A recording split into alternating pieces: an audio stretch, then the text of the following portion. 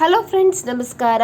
ನಾಡು ನುಡಿ ಲೈವ್ಗೆ ಸ್ವಾಗತ. ಸ್ನೇಹಿತರೆ, ಚೆಕ್ ಬೌನ್ಸ್ ಪ್ರಕರಣಗಳಲ್ಲಿ ತಾಂತ್ರಿಕ ಕಾರಣಗಳನ್ನು ಒಡ್ಡಿ ತಪ್ಪಿಸಿಕೊಳ್ಳಲು ಪ್ರಯತ್ನ ಮಾಡೋರಿಗೆ ಕರ್ನಾಟಕ ಹೈಕೋರ್ಟ್ ಇದೀಗ ಬಿಗ್ ಶಾಕ್ ಒಂದನ್ನು ನೀಡಿದೆ. ಹಾಗಿದ್ರೆ ಏನು ಈ ಸುದ್ದಿ? ವಿಡಿಯೋವನ್ನು ಕಂಪ್ಲೀಟ್ ಆಗಿ ವಾಚ್ ಮಾಡಿ.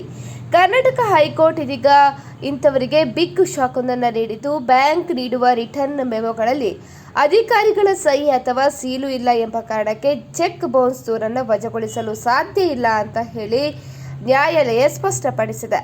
ಈ ಬಗ್ಗೆ ಇದೀಗ ಬೆಂಗಳೂರಿನ ಒಬ್ಬರು ಆದಿತ್ಯ ಸೌಹಾರ್ದ ಕ್ರೆಡಿಟ್ ಕೋಆಪರೇಟಿವ್ ಸೊಸೈಟಿಯಿಂದ 3 ಲಕ್ಷ ರೂಪಾಯಿ ಸಾಲವನ್ನು ಪಡೆದು ಭದ್ರತೆಗಾಗಿ ಚೆಕ್ ನೀಡಿದ್ರು. ಖಾತೆಯಲ್ಲಿ ಹಣವಿಲ್ಲದ ಕಾರಣ ಚೆಕ್ ಬೌನ್ಸ್ ಆಗಿತ್ತು. ಈ ಪ್ರಕರಣದ ವಿಚಾರಣೆ ನಡೆಸಿದ್ದ ನ್ಯಾಯಾಲಯ ಇದೀಗ 4 ಲಕ್ಷ ರೂಪಾಯಿ ದಂಡವನ್ನು ವಿಧಿಸಿತ್ತು. ಇದನ್ನು ಪ್ರಶ್ನಿಸಿ ಅವರು ಹೈಕೋರ್ಟ್ ಮೆಟ್ಟಿಲೇರಿದ್ರು. ಇನ್ನು ಡಿಜಿಟಲ್ ಯುಗದಲ್ಲಿ ತಾಂತ್ರಿಕತೆ ಮುಖ್ಯ ಅಂತ ಹೇಳಿ ಇದೀಗ ಸ್ಪಷ್ಟನೆ ನೀಡಿದೆ ಹೈಕೋರ್ಟ್. ಇಂದಿನ ಎಲೆಕ್ಟ್ರಾನಿಕ್ ಯುಗದಲ್ಲಿ ಚೆಕ್ ಕ್ಲಿಯರಿಂಗ್ ಪ್ರಕ್ರಿಯೆ ಡಿಜಿಟಲ್ ಆಗಿ ನಡೆಯುತ್ತೆ. ಕಂಪ್ಯೂಟರ್ ಮೂಲಕ ಸಿದ್ಧವಾಗುವ ಮೆಮೊಗಳಿಗೆ ಹಸ್ತಚಾಲಿತ ಸಹಿ ಅಥವಾ ಸೀಲು ಕಡ್ಡಾಯವಲ್ಲ ಅಂತ ಹೇಳಿ ತಿಳಿಸಿದೆ. ಚೆಕ್ ಮೇಲಿರುವ ಸಹಿ ತನ್ನದೇ ಎಂದು ಒಪ್ಪಿಕೊಂಡ ಮೇಲೆ ಸಾಲ ತೀರಿಸಿದ ಹೊರತು ಆರೋಪಿ ಹೊಣೆಗಾರಿಕೆಯಿಂದ ನುಣುಚಿಕೊಳ್ಳುವುದಕ್ಕೆ ಸಾಧ್ಯ ಆಗುವುದಿಲ್ಲ. ಸಾಲ ತೀರಿಸಿದ್ದೇನೆ ಎಂದು ವಾದಿಸಿದ್ದ ಆರೋಪಿ ಅದಕ್ಕೆ ಪೂರಕವಾದ ಯಾವುದೇ ದಾಖಲೆಯನ್ನು ಒದಗಿಸಿರಲಿಲ್ಲ. ಅಲ್ಲದೆ ಚೆಕ್ ದುರ್ಬಳಕೆಯಾಗಿದ್ದರೆ ಅದನ್ನು ವಾಪಸ್ ಪಡೆಯಲು ಅಥವಾ ಪೊಲೀಸರಿಗೆ ದೂರು ನೀಡಲು ಏಕೆ ಮುಂದಾಗಿಲ್ಲ ಅಂತ ಹೇಳಿ ಕೋರ್ಟ್ ಪ್ರಶ್ನೆ ಮಾಡಿದೆ.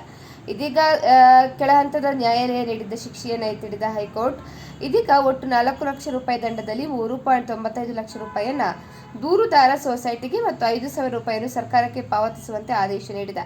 ಈ ತೀರ್ಪಿನಿಂದಾಗಿ ಇನ್ನೊಂದೇ ಡಿಜಿಟಲ್ ಬ್ಯಾಂಕ್ ದಾಖಲೆಗಳಿಗೆ ಕಾನೂನುಬದ್ಧವಾಗಿ ಹೆಚ್ಚಿನ ಬಲ ಸಿಕ್ಕಂತಾಗಿತ್ತು. ತಾಂತ್ರಿಕ ದೋಷಗಳ ನೆಪದಲ್ಲಿ ಕೇಸ್ ದಾರಿ ತಪ್ಪಿಸುವುದು ಕಷ್ಟ ಅಂತ ಹೇಳಿ ಇದೀಗ ಪ್ರೂವ್ ಆಗಿದೆ. ಸ್ನೇಹಿತರೆ, ಈ ಬಗ್ಗೆ ನಿಮ್ಮ ಅನಿಸಿಕೆಯನ್ನು ಕಮೆಂಟ್ ಮಾಡಿ. ನಮ್ಮ ಚಾನೆಲ್ ಅನ್ನು ಕೂಡ ಸಬ್ಸ್ಕ್ರೈಬ್ ಮಾಡಿ.